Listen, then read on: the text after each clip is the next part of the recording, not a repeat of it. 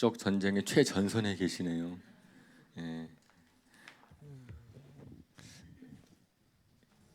굉장히 강하신 것 같아요. 약해 보이셔서 어떻게 감당할 수 있을까 염려되지만 하나님께서 승리케 해주실 것을 믿습니다. 아멘.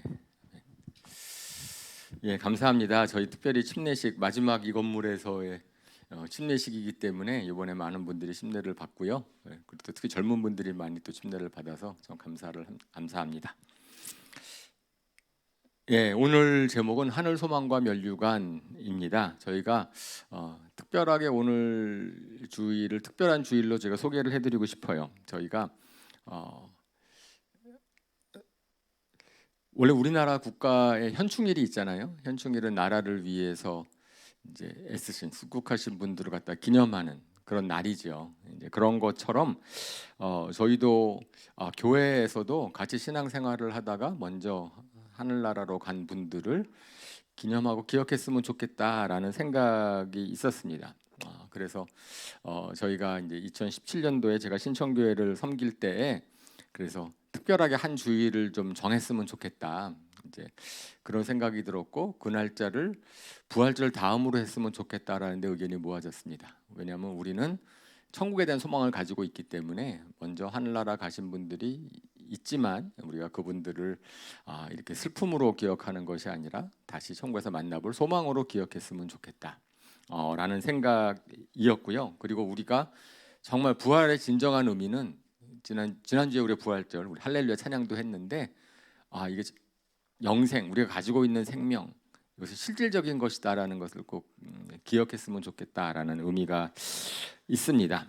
그래서 저도 이제 천국을 생각을 했을 때 굉장히 멀잖아요. 어떨지 모르지만은 먼저 하나님의 나라를 가신 분들 그분들을 만날 수 있겠구나. 그럼 점점 우리 나이가 들면서 점점 그런 분들이 많아지겠죠.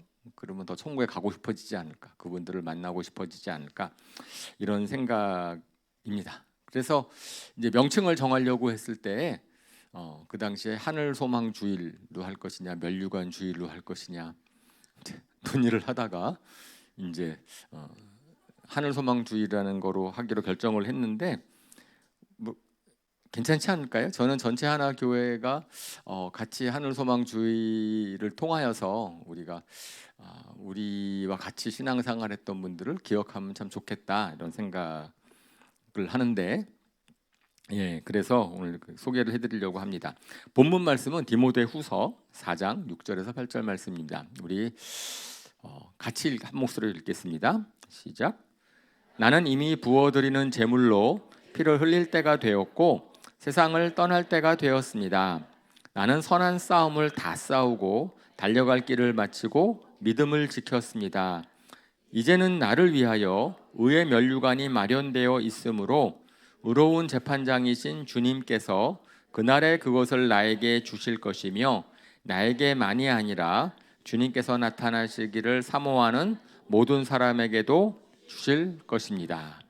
아멘. 디모데후서는 로마 감옥에 갇혀 있었던 사도 바울이 제자 디모데에게 마지막 유언처럼 보내는 편지입니다. 그는 곧 죽을 때가 됐다. 이제 하나님께서 나를 부를 때가 됐다라는 것을 느끼셨던 것 같아요. 그래서 저 편지를 쓰는 거죠. 부어드리는 제물로 피를 흘릴 때가 되었다. 세상을 떠날 때가 되었다. 이제 얘기를 합니다. 사실은 누구나가 다 저런 때를 맞이하겠죠. 그죠? 영원히 살지 않지 않습니까? 우리에게도 항상 저런 때가 언젠가는 올 것이다. 라는 것은 피할 수 없는 사실인데 그때 우리는 어떻게 그 순간을 맞이할 것인가에 대한 좀 비장하죠 내용이. 하지만 저 말씀을 보면 거기에서 사도 바울이 나는 선한 싸움을 다 싸우고 달려갈 길을 마쳤다. 그리고 그 앞에 의의 면류관이 마련되어 있다라고 이렇게 자기 고백을 합니다. 면류관, 면류관을 누가 쓰나요?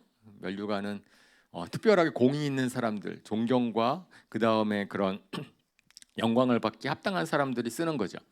요한계시록에 보면은 이제 천국에 대한 환상을 볼 때 예수님이랑 24 장로가 면류관을 쓰고 있다가 나중에 면류관을 던지는 장면이 나옵니다. 주님께 영광을 돌리기 위해서.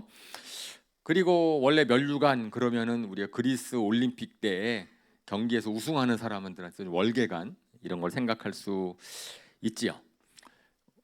우리 모든 사람들이 다 면류관을 쓸까요? 천국에 가면? 글쎄 아닐 것 같기도 해요. 아닐 것 같죠? 왜냐하면은 가까스로 구원받은 사람도 있다라고 성경에서 얘기하고 있기 때문에 그렇습니다. 더군다나 고린도전서 9장 24절 25절에 이렇게 말씀하고 있어요.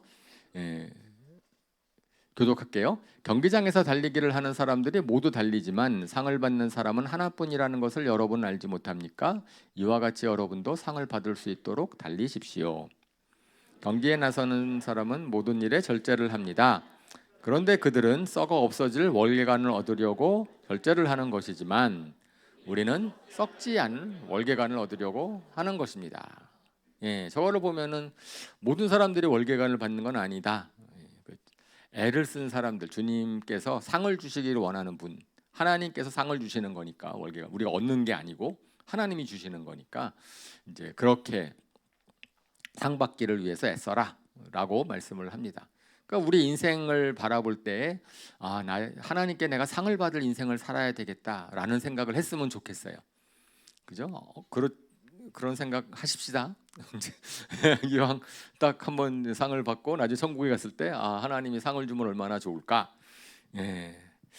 그죠? 뭐 상을 받을 수 있는 자격은 다른데 세상에서는 1등해야 주지만 하나님의 나라의 상은 그렇지 않다라고 성경은 이야기를 하죠. 하나님은 상 주시기를 원하시는 분이시고 충성하는 사람들에게 믿음으로 끝까지 충성한 사람들에게 하나님께서 누구에게나 상을 주실 것을 믿습니다. 아멘. 네, 아멘. 근데 오늘 고백에서 이제 사도 바울이 하는 고백 중에 이런 고백이 눈에 띄입니다. 다 이루었다. 나의 달려갈 길을 마쳤다. 나는 선한 싸움을 다 싸웠다. 예수님이 하신 고백입니다. 예수님께 십자가에서 달려 돌아가실 때 다 이루었다. 다 이루었다라는 고백. 좀 그 고백을 할 수 있으면 참 좋겠다라는 생각을 합니다. 그 고백에 담긴 의미가 뭐죠? 다 이루었다라고 하면은 내가 뭔가를 그죠? 다 이루었다라는 고백에 담긴 의미를 제가 좀 생각해 보면 첫 번째는 무엇을 해야 되는지를 내가 알고 있다라는 의미죠, 그죠? 내가 뭘 하는지도 모르면서 다 이룰 수는 없잖아요. 뭔가를 다 이루는 거니까 내가 이 땅에 사는 사명, 내가 이 땅에서 무엇을 위해 살 것인가, 내가 지금 어떻게 하나님께서 나에게 맡기신 일이 무엇일까를 내가 알고 있다라는 고백이겠죠, 그죠? 예수님은 분명히 아셨어요. 예수님께서는 십자가를 지심으로 우리를 위해서 우리 죄를 대속하시고 구원하시는 것이 예수님이 하실 일이셨고, 사도 바울의 경우에는 구원을 받을 때 하나님께서 환상 가운데서 보여주셨습니다. 내가 너를 이방인에게로 보낸다. 그러면서 그쪽에 복음을 전하라라는 사명을 받았습니다. 그러니까 그 두 분은 예수님도 그렇고 사도 바울도 그렇고 하나님이 주신 그런 소명, 부르심을 기억하며 살았고 그것을 위해서 끝까지 충성을 했다라고 이야기를 하는 거죠. 그러면서 이제 우리는 어떻습니까? 우리가 그런 부르심, 하나님이 우리를 향해서 내가 너를 구원했고 이제 너는 이렇게 살았으면 좋겠다라는 그 부르심을 우리가 안다면, 그죠? 그럼 거기에 충성하면 되겠죠. 근데 그러니까 무엇보다도 그게 중요하겠죠. 먼저 내가 할 일은 뭐지? 내가 이 땅에서 주님을 위해서 할 수 있는 일이 무엇일까? 그걸 먼저 생각해 보았으면 좋겠습니다. 내가 주님을 위해서 무엇을 할 수 있을까요? 하나님께서 날 뭐라고 하실까? 저희가 각자가 그것을 갖다가 하나님께서 부름 주신 것이라면은 저는 잘 모르죠, 그죠? 여러분들한테 어떤 마음을 품을지 모르지만은 하지만은 우리 모든 사람이 공통적으로 하나님이 주신 사명은 분명히 있습니다. 그것은 예수님의 부활의 증인되는 것이고 하나님 나라의 복음을 증거하는 것이고요. 저는 그것 때문에 실질적으로 교회를 섬기고 있죠. 저는 하나님께서 저에게 뭐 그런 거 하라고 저를 부르셨다는 느낌이 들어요. 정말 성경에서 말씀하는 그런 교회를 좀 너가 세우는데 애썼으면 좋겠다. 정말 교회를 통해서 하나님의 나라가 어떤 곳인지를 세상에 좀 보여줬으면 좋겠다. 이제 이런 소망은 저만 갖고 있지 않고 같이 가졌으면 좋겠어요. 저 혼자 안 되거든요. 그죠? 우리 교회 모든 성도님들이 정말 그런 것, 야 이거는 우리 교회를 통해서 세상에 하나님이 어떤 분인지 알았으면 좋겠다. 우리 교회를 통해서 세상 사람들이 복음을 받아들일 수 있었으면 좋겠다. 그러니까 정말 그런 소망을 저희가 전부 다 나누 가지고 있다면 거기에 이렇게 최선을 다할 때 하나님께서 기뻐하실 것이라고 믿습니다. 그죠? 사명이 없다면, 내가 이 땅을 사는데 사명이 없다면 그러면 빨리 죽어 천국 가는 게 좋지 않아요? 네, 천국이 좋은 곳이라고 하는데 뭐 여기서 길을 쓰고 뭘 더 하겠습니까? 제가 먼저 어쩌든지 간에 이 세상을 떠나신 분들이 있습니다. 떠나신 분들, 젊을 때 떠나신 분들도 있죠. 물론 교회 내에도 있고 교회 밖에도 있고 제 주변에 뭐 다 그러실 거예요. 나이가 점점 들어가면서 많아지시는데 그분들을 생각할 때 무엇을 생각하죠? 그분들이 이 땅에서 얼마나 돈을 많이 벌었는가 그거 생각하시나요? 그분이 이 땅에 살면서 무슨 대단한 업적을 뭘 하셨나? 뭐 어디 여행 갔나? 이런 거 기억하시나요? 안 하시죠. 우리는 그런 거 기억 안 합니다. 그럼 그분이 어떤 분이었는지, 그죠? 그분이 어떤 영향을 끼쳤는지 이런 거 기억하는 거죠. 그러니까 사실 보면 내가 살면서 내가 이 땅에서 얻으려고 하고 누리려고 하고 그런 모든 것들은 사실은 우리 인생 이 땅을 떠나는 순간에 다 잊혀져 버리는 것이잖아요. 그러니까 그러면은 내가 이게 만약에 산다라고 하는 것, 잘 산다라는 것이 무엇인지, 나만 편하게 사는 것이라고 한다면 그러면 이 세상을 잘 살기엔 참 쉽지 않아요. 여러 어려운 점이 정말 많이 있으니까. 그렇죠. 그런데 여러분 이제 사명 그러면은 좀 이 땅에 살기도 어려운데 사명까지 완수하라 그러는 것이 참 부담스럽다. 예수님 믿었으면 난 편하게 살고 싶은데 안 그래도 세상 사는 게 힘들었는데 세상의 사명도 있고 주님으로부터 사명도 또 있어? 혹시 그런 오해하실까봐 이제 그런 부담, 그러니까 사명을 한다는 것이 혹시 부담으로 다가오십니까? 예, 이제 그거를 이제 여쭤보는 거죠. 그러면 이제 천국은 어떤 곳이라고 생각을 하십니까? 라는 것이랑 관계가 있을 것 같아요. 우리가 갖고 있는 천국에 대한 생각, 천국이라고 하는 것은 에덴 동산 같은 곳이니까 아주 살기 좋고 편하고 육신이 편할 곳이라고 생각할 수 있죠. 뭐 좋을 것 같아요. 저는 천국에 가면. 하지만 사실은 천국에서 우리가 느끼는 모든 기쁨은 상황이 좋아서 누리는 기쁨이 아니고, 그죠? 하나님과의 관계에서 오는 기쁨이고 사람들과의 관계에서 오는 기쁨일 것이라고 믿습니다. 그죠?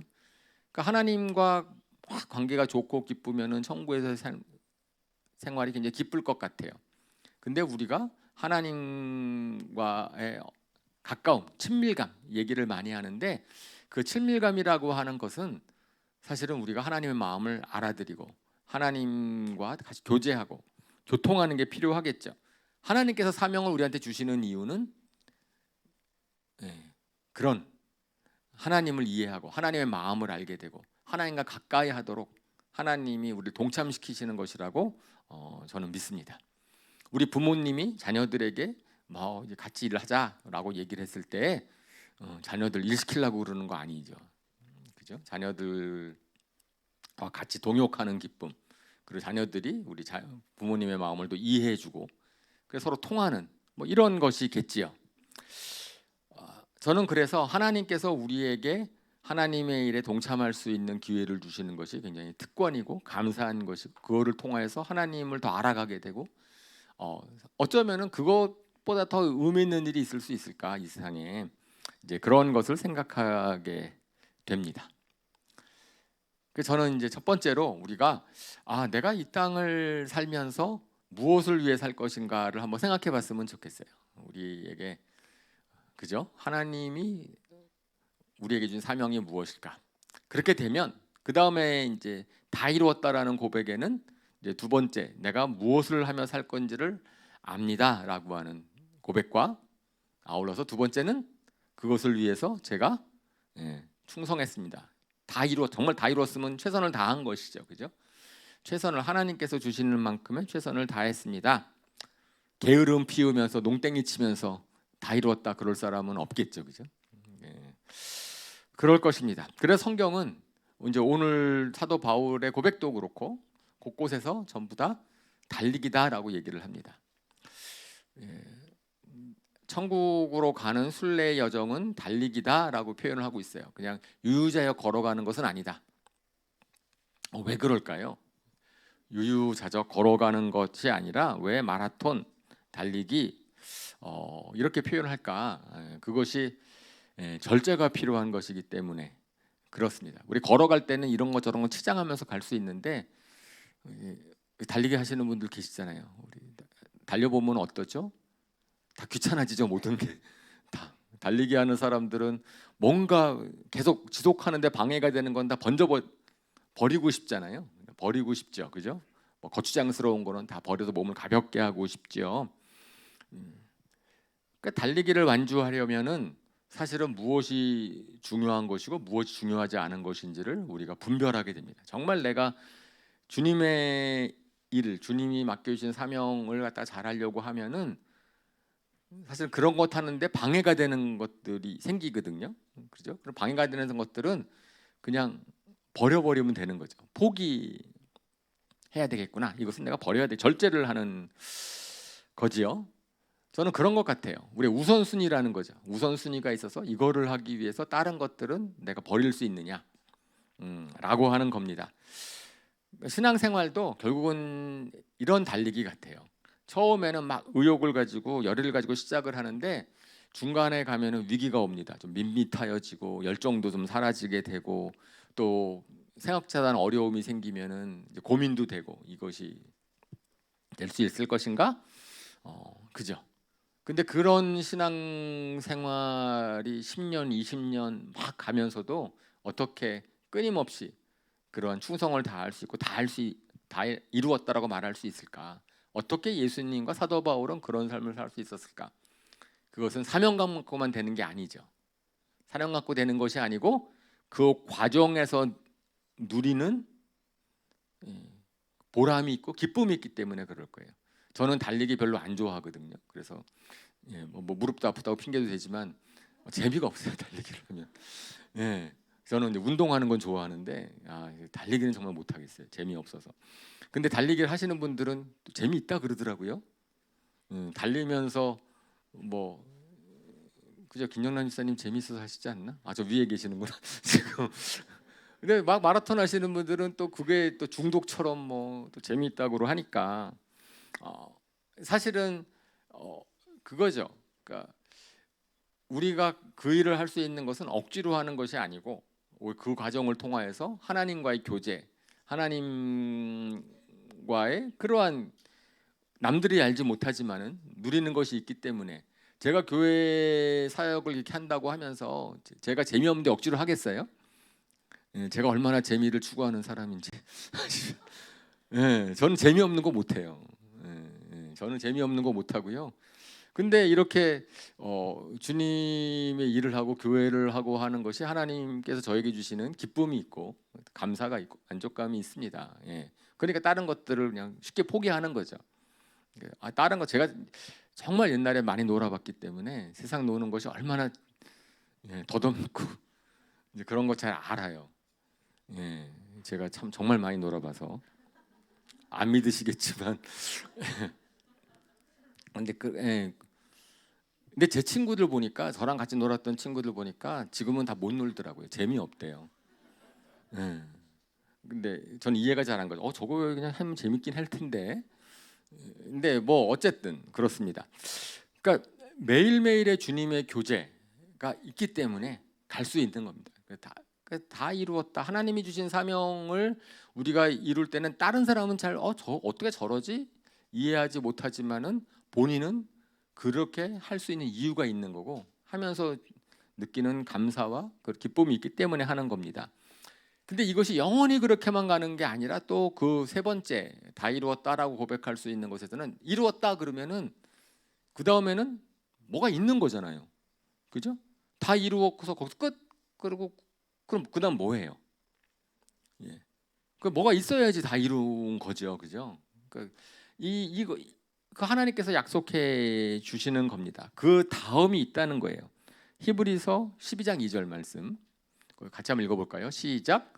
믿음의 창시자요 완성자이신 예수를 바라봅시다. 그는 자기 앞에 놓여 있는 기쁨을 내다보고선 부끄러움을 마음에 두지 않으시고 십자가를 참으셨습니다. 그리하여 그는 하나님의 보좌 오른쪽에 앉으셨습니다. 예수님이 십자가를 참으시고 죽을 수 있었던 이유는 그 앞에 뭐가 있음을 보셨어요? 기쁨을 내다보셨어요.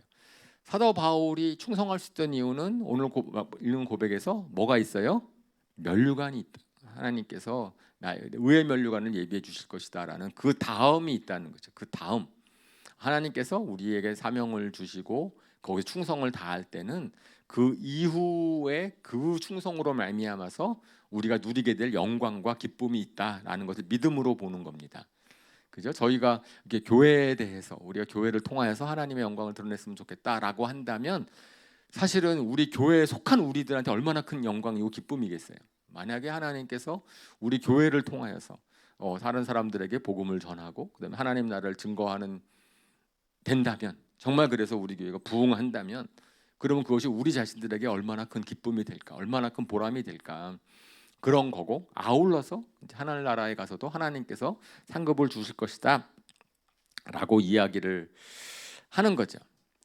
그래서 그러한 믿음에 가지고 그런 믿음을 가지고 물론 저희가 예수님과 바울만 얘기만 했지만 이 세상에 그런 믿음으로 산 사람들이 많다라고 하는 것을 이제 히브리서 11장 믿음의 행전이라고 하는 그런 곳에서 또 쭉 고백을 하고 있습니다. 믿음의 행전에 거기 보면은 믿음의 본을 보여서 산 사람들이 쫙 나와요. 그죠?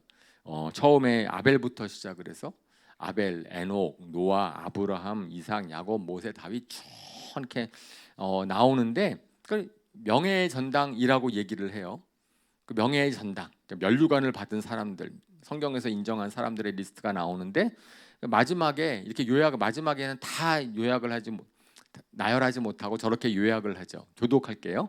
내가 무슨 말을 더 하겠습니까? 기드온, 바락, 삼손, 입다, 다윗, 사무엘 그리고 예언자들의 말을 하려면 시간이 모자랄 것입니다. 그들은 믿음으로 나라를 정복하고 정의를 실천하고 약속된 것을 받고 좀 너무 길고 빼고요. 또 어떤 이들은 조롱을 받기도 하고 째찍으로 맞기도 하고 심지어는 결박을 당하기도 하고 감옥에 갇히기까지 하면서 시련을 겪었습니다. 또 그들은 돌로 맞기도 하고 톱질을 당하기도 하고 칼에 맞아 죽기도 하였습니다. 그들은 공핍을 당하며 고난을 겪으며 학대를 받으면서 양과 염소의 가죽을 입고 떠돌았습니다. 세상은 이런 사람들을 받아들일 만한 곳이 못 되었습니다. 그래서 그들은 광야와 산과 동굴과 땅굴을 헤매며 다녔습니다. 라고 믿음으로 산 사람들에 대한 리스트를 쫙 적으면서 그들의 영광도 얘기했지만 뒷부분에 그들이 당한 고난과 그 다음에 세상에서의 어려움도 쫙 고백을 합니다. 예. 저 명예의 전당, 믿음의 전당은 저기서 끝나지 않았겠죠. 계속 사도행전으로 오늘날도 지금 교회 역사를 보고 지금까지 보면은 뭐 하늘나라에 쫙 기록되어 있지 않을까요? 명예의 전당, 믿음의 전당. 예. 저희도 전부 다 그런 명예 전당에 이름이 올라갈 수 있었으면 좋겠습니다. 그죠? 예, 그렇게 해서 저기 리스트 보면은 저 정도는 나도 할 수 있을 것 같다라고 생각되는 사람 혹시 라합 정도든지 저기에 좀 그럴 수 있지 않겠어요? 뭐 어떤 사람들은 막 힘든데 야곱 정도도 나도 할 수 있겠다. 뭐 이런 생각이 들지 않을까 싶습니다. 예. 잘 못한 사람도 있잖아요. 사실 저희가 성경을 보면서 뭐 이래 뭐 이런 있는데 그래도 저기에 기록되어 있는 분들이 있으면 감사하죠. 네, 그래요. 그래서 저 명예의 전당에 올라가 있을 것 같다라고 생각하는 우리의 성도님들이 계십니다. 저희가 그분들이 먼저 하나님의 나라를 갈 때는 저희가 참 슬펐어요. 그래 슬프고 막 그랬었는데 지금은 이제 오랜 시간이 지났고 저희가 그들을 기억합니다. 그리고 그분들을 좀 교회 오래 계신 분들은 다 아시겠지만 안 그러신 분들 많은 분들이 잘 모르실 것 같아서 좀 소개를 좀 해드리려고 해요. 예, 첫 번째 소개해드릴 분은 정윤민 자매님이십니다. 정윤민 자매님은 이제 뭘 기억할 것인가 생각하는 거죠. 11살에 그 전까지는 멀쩡했었는데 11살에 코트시병이라는 그 병에 걸리셔서 실명을 하십니다. 그 아버님이 가족이 저 자매의 눈을 띄우기 위해서 얼마나 애를 썼을까요? 변호사셨던 그 정광진 아버님께서 판사를 그만두시고 개업을 하시면서 치료를 위해서 애쓰셨는데 결국은 실명을 했고 가족과 자매가 너무 낙심을 했어요. 그런데 그들이 이제 그 절망을 극복하기 위해서 윤민자매가 공부를 해야 되겠다라고 생각을 해서 유학을 옵니다. 제가 이제 버클리에서 유학을 하고 있었을 때 교회 당시에 기억을 해요. 딱 이제 첫날 딱 나타났어요. 그때 김정민 자매님이라고 우리 젊은 20대에 온 거예요. 유학을 온 겁니다. 실명을 했고 근데 공부하러 왔다는 거예요. 심리학 쪽으로 공부를 하러 왔습니다. 석사 과정으로 와서 교회를 한 번도 다닌 적이 없고 근데 어쨌든 자기가 불편하니까 같은 과 전공을 하고 있던 분의 소개를 받아서 와가지고 이제 근데 처음에 도착하는 날 교회를 데려온 거예요. 교회 모임이 있었기 때문에 소개를 받았고 그 이후에 이제 교회에서 복음을 듣고 성경 이제 공부도 하고 도와주려고 많이 애를 썼죠. 근데 그 자매가 참 예수님을 믿고 싶어 했어요. 근데 그 삶에 내가 뭘 위해 살 것인가에 대한 갈등이 있었겠죠. 그랬는데 나중에 그 간증, 본인의 구원 간증에서 제가 들은 것을 기억합니다. 그분이 막 성경 말씀 듣고 믿고 싶은데 믿어지지 않고 그래서 막 혼자 방에서 답답한 마음으로 기도를 했는데 이런 소리가 들렸다고 해요. 내가 너 옆에 있는데 왜 넌 날 찾고 있느냐?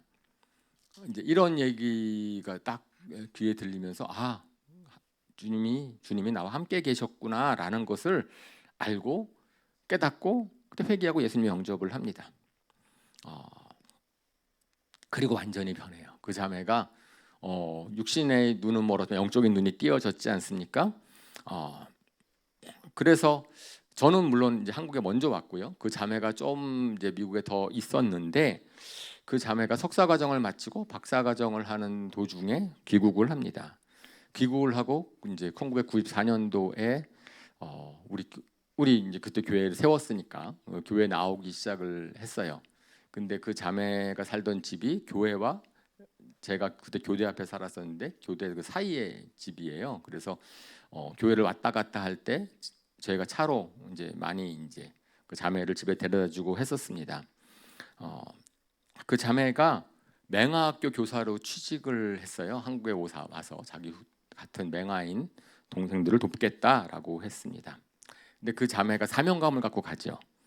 자기가 이제는 동생들한테 복음도 전하고 공부도 가르쳐주고 2021년도에 수필집이 하나 나오는데 김성은 씨라고 하는 수필가가 점자로 쓴 다이어리라는 수필집을 하나 이제 발간을 합니다.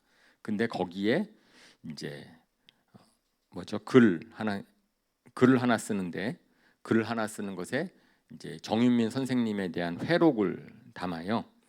그러면서 이렇게 그 수필집에 씁니다. 나는 당시 서울 맹아학교 고등부 학교 1학년이었다. 미국 유학을 마치고 신임 교사로 우리 학교에 막 부임하신 햇병아리 정윤민 선생님은 시각장애를 가지고 계셨다. 30도 안 된 앳된 선생님은 매우 친절했고 또 성실하셨다.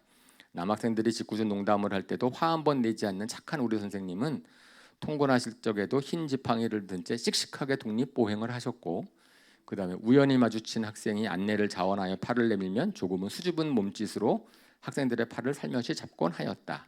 수업 내용을 설명하실 적에 한마디 한마디 힘주어 몇 번이고 학습 내용을 반복해 주셨고 그리고 교장 선생님을 모시고 했던 수업 연구 모습도 생생하게 떠오른다. 우리에게는 희망의 증거였고 딸이 많은 집안의 맏아들로 항상 큰언니 같았던 선생님은 우리의 우상이었다. 함께했던 3개월 동안 진학에 대한 고민도 들어주셨고 온화한 어조로 다 할 수 있다고 용기를 북돋아 주셨다.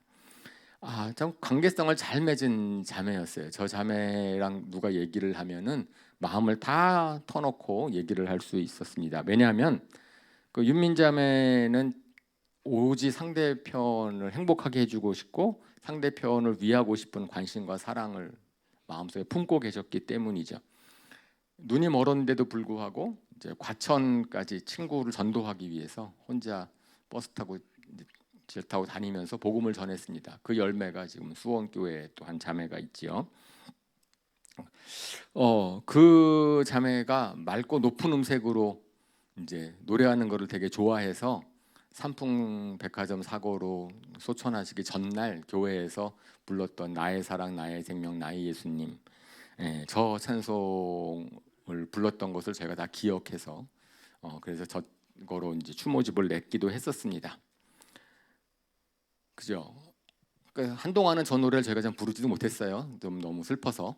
하지만 지금은 기억을 합니다. 저 인민자매님이 어떻게 저렇게 변할 수 있었을까? 예수님을 믿고 나서는 자기가 정말 장애인인데 자기 장애는 정말 아랑곳하지 않고 다른 사람들을 돕기 위해서, 섬기기 위해서, 복음을 전하기 위해서. 저희는 그것을 너무나 당연하게 여겼어요. 그 당시에 맞아, 예수님 믿으면 저렇게 사는 거야. 사실은 미안하죠. 그것이 얼마나 힘들었을지도 저희는 잘 모르지만 너무 하지만 예수님의 향기를 뿜는 그런 사람이었던 것으로 기억을 합니다. 그다음 또 두 번째는 좀 많이 아실 우리 현진 사모님이십니다. 10년 뒤에 우리 사모님도 저희가 추모하며 기억할 만한 분, 당연히 기억해야 되는 분이시죠. 참 너무나 죄송하죠. 뇌암으로 소천하셨는데 저희가 뇌암의 증세가 뭔지 몰라서 그 전에 잘 잊어버리시고 뭐 넘어지시고 살이 찌시고 이상한 행동을 했는데도 불구하고 저희는 그것이 암인지 몰랐습니다. 너무 죄송하게. 그런데 쓰러지시고 나서는 그냥 소천하셨어요. 너무 늦어서. 이제 저분은 현진 사모님은 뭐 저희 유학생활부터 저희 같이 알았던 분이고, 근데 돌아와서 교회를 같이 시작했던 분이기 때문에 기억을 하는데 참 겸손하신 분이셨어요. 어떤 면에서 겸손하신 분이셨냐면은 예수님을 본받기 위해서 끊임없이 애쓰신 분이십니다. 예수님 믿기 전까지는 안 그랬어요. 저분이 좀 뭐 좋은 집안에서 편하게 잘 자라나신 귀한 분이셨기 때문에, 그죠? 경쟁심도 있고 편한 삶을 추구하고 이제 그러셨는데, 그러다가 이제 예수님 믿고 나서 교회를 섬기는 사람 다음부터는 변하기 시작을 하죠. 약간 융통성이 없으실 만큼 하나님의 말씀을 그대로 순종하려고 애쓰는 마음을 갖고 계셨습니다. 굉장히 여기에 많은 몇몇 자매님들이 계시죠. 자신을 위해서 뭔가를 하려고 하지 않으셨어요. 남을 섬기려고 굉장히 애를 쓰셨습니다. 그리고 자기를 꾸미지 않으셨고요. 항상 받는 것이 주는 것보다 복이 있다라는 말씀을 믿음으로 사신 분이십니다. 그분이 쓴 책에 우리가 그분을 추모하면서 또 책을 냈었는데 그분이 쓴 일기의 고백입니다. 저기 눈으로 보이시죠? 그래서 저는 12년 전에 알 수 없었던 하나교회가 존재하는 이유를 알게 되었습니다. 주일에만 크리스찬으로 사는 삶이 되지 않도록, 삶에서 하나님이 매일 드러나시도록 격려하고 함께 사역하며 셀 안에서 제자가 되어서 땅끝까지 초대교회 같은 교회를 세우는데 우리 교회가 썩는 미랄과 같이 사용될 것을 믿습니다. 믿음의 대를 이어 영원의 대추수에 충성스럽게 쓰임받는 교회가 되길 기도합니다. 저의 소망은 저와 우리 교회를 통해서 사람들이 하나님의 영광을 보는 것입니다. 저 사모님이 좋아하셨던 노래가 또 하나의 열매를 바라시며 라는 노래였기 때문에 저희가 또 한동안은 그 노래를 못 불렀죠. 그러니까 그 책에 대한 그런 기록들, 그 책에 이제 그분의 믿음이 쫙 기록되어 있습니다. 요한복음 12장 24절 25절 말씀 혹시 있나요? 네, 한번 같이 읽어볼까요? 시작. 내가 진정으로 너에게 말한다. 밀알 하나가 땅에 떨어져서 죽지 않으면 한 알 그대로 있고 죽으면 열매를 많이 맺는다. 자기의 목숨을 사랑하는 사람은 잃을 것이요 이 세상에서 자기의 목숨을 미워하는 사람은 영생에 이르도록 그 목숨을 보존할 것이다. 사모님은 썩는 밀알이 되셔서 많은 열매를 맺으셨습니다. 사실은 그분의 섬김, 그분이 얼마나 정말 희생하셨고 섬기는 삶을 사셨는지 우리 전부 다 모두가 증인이지요. 그 사모님을 저희가 기억하기를 원합니다. 예, 그분이 점점 변하신 거예요. 저희 초창기에 예수님을 알지 못하셨을 때의 모습, 그 다음에 중간에, 그다음 마지막에 모습으로 변하면서 이것이 신앙이다라는 생각을 합니다. 이것이 사랑의 사람으로 변해 오시는 겁니다. 섬김의 사랑으로 변해 오셨는데 자기를 드러내지 않으시고 끝까지 이제 그렇게 사셨던 분이시죠. 믿음이 자라면 사랑의 사람이 된다고 믿습니다. 아멘. 또 이 구절을 저 구절을 떠오르게 하는 또 한 분이 계세요. 그분은 우리 신영숙 선교사님입니다. 신영숙 선교사님이라는 분은 우리 방배교회 출신은 방배교회 잠깐 계셨지만 신촌교회를 섬겼던 분입니다. 저분도 미국에 있을 때 저는 만났어요. 우리 교회 미국 교회에서 유학생활을 하고 있는데 저분이 미국을 왔어요. 미국을 자기 남편이랑 같이 왔었습니다. 그러면서 거기서 복음을 듣고 예수를 영접했는데 그분이 좀 가정에 어려움이 있었어요. 집안에 남편과의 관계에 어려움이 있었는데 굉장히 밝았고 표정이 늘 웃는 얼굴로 활달하게 지냈어요. 성격이 참 밝더라고요. 근데 예수님을 잘 알지 못했었는데 그때 복음을 듣고 예수님을 믿습니다. 그 다음에 저는 또 한국에 왔고 나중에 이제 저 윤수선 교사가 이제 한국으로 나왔을 때 다시 만났는데 그때는 리더요 사역자로 많이 성장을 했더라고요. 그리고 나서 이제 신촌교회 창립 때부터 신촌교회를 섬기고 거기에 있는 방준하 선교사 그 당시 형제였는데 방준하 형제랑 눈이 맞아서 결혼을 하고 다시 결혼을 하고 그 다음에는 이제 선교사로 갑니다. 선교사 레바논으로 파송받아서 레바논 경일 선교사님 이전의 선교사죠. 레바논 선교사 갑니다. 그곳에 가서 선교 사역을 하다가 이제 암이 발견됩니다. 유방암이 발견이 돼서 그래서 저희가 이제 처음에 암 치료를 하고 그 다음에 주변에서는 선교로 떠나지 말고 몸조리도 잘하라고 건강을 회복한 다음에 가라고 그래서 일단은 암이 발병된 다음에 한국에 나왔었어요. 나와서 좀 치료를 받고 완전히 치유가 되지 않은 상태인데도 또 이제 선교를 하러 갑니다. 선교를 하러 간 다음에 거기서 이제 암이라는 것은 좀 치유가 되면 좀 지켜봐야 되잖아요. 그 지켜보는 완전 확진 판명, 그러니까 완전 나았다는 판명을 받고 가라고 전부 다 권했는데 그거를 이제 못 견디시고 나는 거기에 가겠습니다라고 가셨는데 가서 암이 재발을 했고 그 다음에 소천하셨어요. 그러니까 사람들이 자기를 아까 좀 전에 성경 말씀에서 읽었을 때에도 이것은 자기 목숨을 미워하는 것처럼 보였습니다. 아니 당연히 암에 걸렸으면 치유에 전념을 해야지 몸을 먼저 헬려야지 왜 거기를 가는가? 자기 목숨을 왜 저렇게 미워하나? 그랬는데 윤수선교사는 본인의 믿음으로 육신의 삶보다 더 중요한 것이 있다라고 생각을 했던 것 같습니다.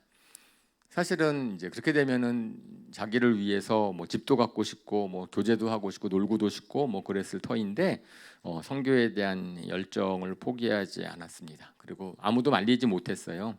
그래서 갔죠. 근데 그거 보면서 그거를 생각하게 되죠. 저희는 잘 이해하지 못해요. 아쉽지요. 좀 더 치유를 받지.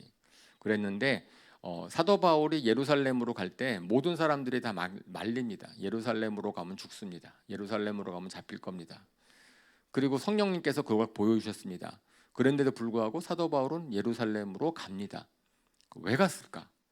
그러면 예루살렘에 가면 잡힌다라고 다른 사람들이 막 얘기를 하는데 그것은 하나님이 보여주신 걸 터인데 그것도 그게 사실대로 이루어졌으니까 왜 갔을까? 그랬는데 사도 바울은 그것이 하나님께서 자기에게 보내신 길이라는 확신이 있었기 때문에 가셨겠지요. 참 그런 것 같습니다. 저희가 잘 이해는 하지 못하지만은 이제 본인이 하나님께 받은 부르심을 갖다가 순종함에 있어서 자신의 목숨까지 미워하는 것처럼 보이는 그것이 이제 아가서에서 나오는 사랑은 죽음보다 강한 것, 죽음처럼 강한 것. 그러니까 그 자매님의 사랑이 그렇게 하도록 만드신 것 같아요. 네. 그런 분을 우리가 이제 기억합니다. 작년에 또 한 분이 또 하나님 나라를 갔습니다. 그 다음에는 김동훈 선교사님이십니다. 우리 김동훈 선교사님은 우리 방배 하나교회 분들은 잘 모르지만 우리 수원 하나교회에서는 너무나 이제 사랑했던 형제님이시죠. 저분이 이제 사실은 요르단 선교 사교로 자기 헌신하기 전에 요르단에 가서 내가 한번 1년만 살아보고 있습니다. 선교를 할 수 있을지. 그래서 갔을 때 그분이 한 텀 4년을 사셨어요. 선교사로 파송받지 않고 4년 동안 요르단 우리 선교를 위해서 기도할 때 저 형제님이 선교사님이 이렇게 요르단 선교를 하셨습니다. 그러다가 이제 마음의 결정을 해서 이제는 장기 선교사로 제가 가겠습니다. 헌신을 해서 그래서 장기 선교사로 저희 한 전체 하나교에서 파송을 했습니다. 그 다음에 요르단으로 선교를 떠나기 직전에 건강 검진을 했는데 또 암이 발견됐어요. 대장암 판결이 발견이 되고 나서 투병을 하시다가 소천을 하셨습니다.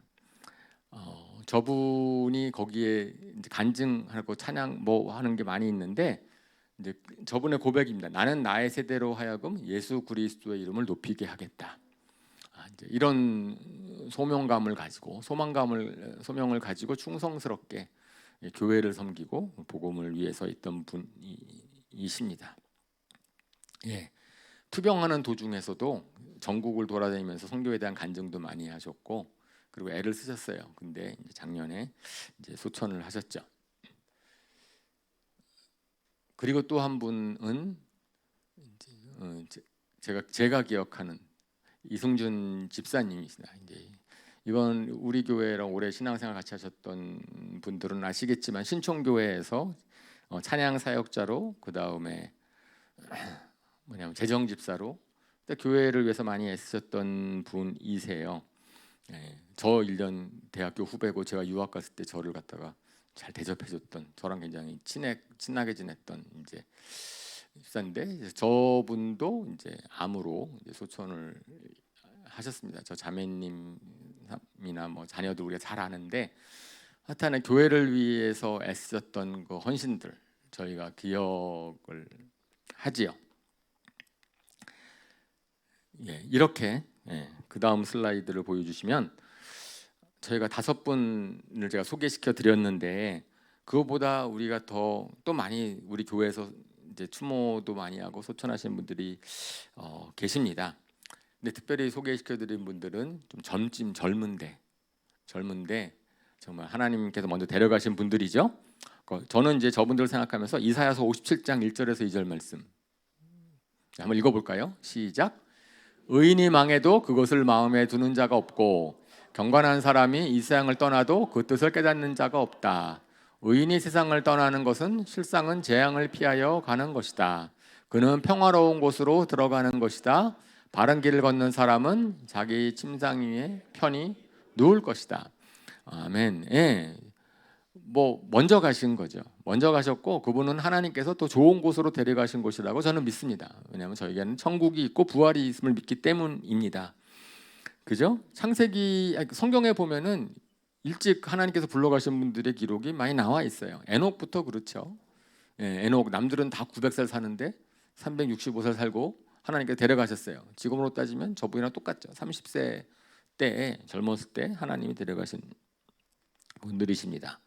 뭐 침례 요한 예수님 오시기 전에 사역하시다가 30세에 하나님께서 데려가셨습니다. 예수님도 33세 사시고 하나님이 데려가셨고 그 다음에 스데반 집사도 아마 30대 정도 됐을 때 하나님이 데려가셨어요. 그죠? 그러니까 언제 데려가실지 모르시지만 우리가 그런 분들은 하나님께서 우리 참 말씀드렸던 것처럼 이 땅에 우리 사명 너가 여기 존재해야 되고 그리고 있었던 것에 충성스럽게 충성했으니까 하나님께서 데려가신 것이다라는 것으로 우리가 위안을 받을 수 있고 그리고 언제도 우리도 그럴 수 있다라는 생각을 하는 거죠. 그러니까 우리는 그게 부활신앙이라고 믿습니다. 우리가 부활신앙 이제 부활절을 지냈으니까 이 땅에 사는 어차피 영원히 살지 못하지 않습니까? 우리가 어차피 영원히 살지 못하고 우리도 언젠간 하나님이 데려가실 터인데 그럴 때 우리는 무엇이라고 기억됐으면 좋을까? 나는 다른 사람들이 저분 하면은 뭘 기억할까? 예? 나는 뭐라고 얘기를 할까? 이제 그러는 거죠.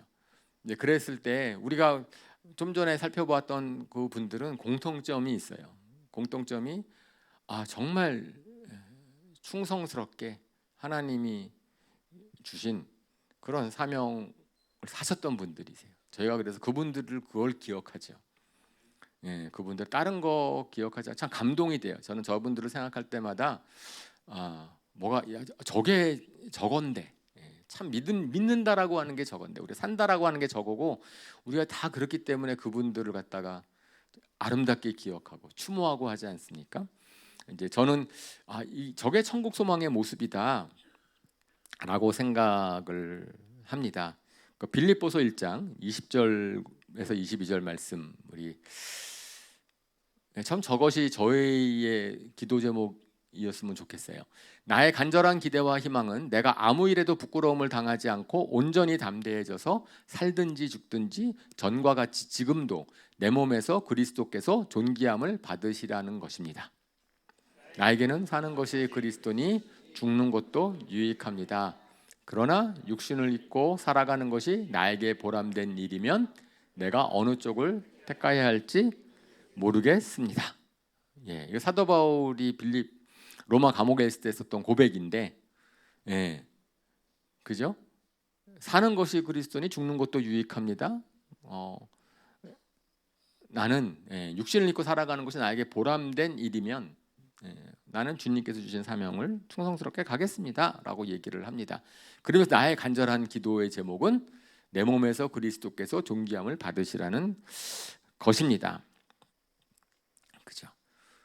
저는 이것이 현실이죠. 실제입니다.